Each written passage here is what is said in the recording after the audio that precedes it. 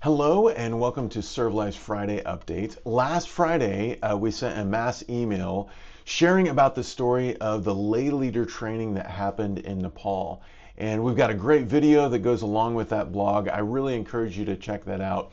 If you don't have time to read the blog, I'm going to do that for you right now. If you're not going to stick around for that, that's fine. But check out the blog and video on our website. I'm really excited to be able to share about this training where we were equipping 18 volunteer lay leaders from churches that we've planted, and they came for 5 weeks of ongoing training and equipping so that they could come alongside of their pastor and help to equip the church and care for the congregation and just love their people well. And so let me share directly from the blog with you right now. And so I'm just going to read off of our website. The church in Nepal is growing rapidly, bringing a pressing need for equipping leaders to guide and support local congregations. To meet this need, a 5-week lay leader training was recently completed, graduating 18 dedicated students who traveled from various parts of the country. Because ongoing local training is often difficult for individual churches, this centralized program provides a vital resource. As our director in Nepal noted, God has been working in Nepal and churches have been multiplying. So since churches have been multiplying, we also need trained leaders in the church because this leader is going to be tomorrow's pastors. This rigorous 5-week training was designed to prepare these young leaders for a variety of roles within their local congregations. So there was a comprehensive curriculum. Students studied essential topics such as Christian doctrine, discipleship, leadership, family dynamics, personal spiritual growth, prayer, and sermon preparation, among others. There was a daily discipline.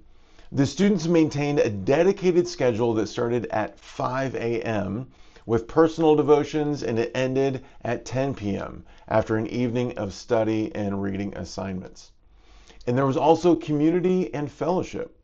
In between classes, they engaged in communal chores, group worship, and afternoon games like volleyball and ping pong.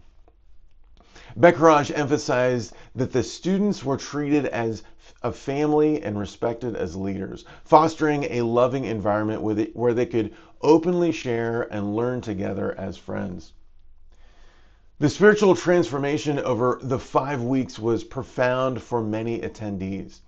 Take the story of Basanti, the wife of a church planter who initially had no desire to attend the training or participate in the ministry.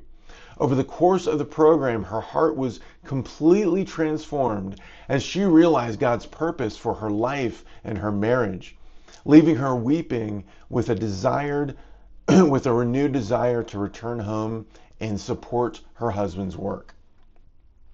Ministry in remote areas of Nepal is challenging. Pastors often face loneliness, financial struggles, and spiritual attacks. The newly trained lay leaders are now stepping up to relieve some of that burden. They are returning to their villages equipped to recognize false teaching, step into roles as youth and worship leaders, and to strengthen their communities. As our director summed it up, the heart of the program is this. Our hope is that when they go back, especially they can help their congregation, they can help their pastors, and they can also lead the home groups, the fellowship, and they can teach the Word of God to them, and they can bless the people. Again, if you've not checked out the video that we made for this, it's only 2 minutes long. And our director in Nepal is narrating it and telling the stories, and you can see pictures and video of the lay leaders as they go through the training. So check that out, and thank you again to all of you that support this organization, that support what God is doing in India and Nepal to train pastors, to educate children, and to empower families with small business loans. Thank you so much. Have a great Friday. Take care, and God bless.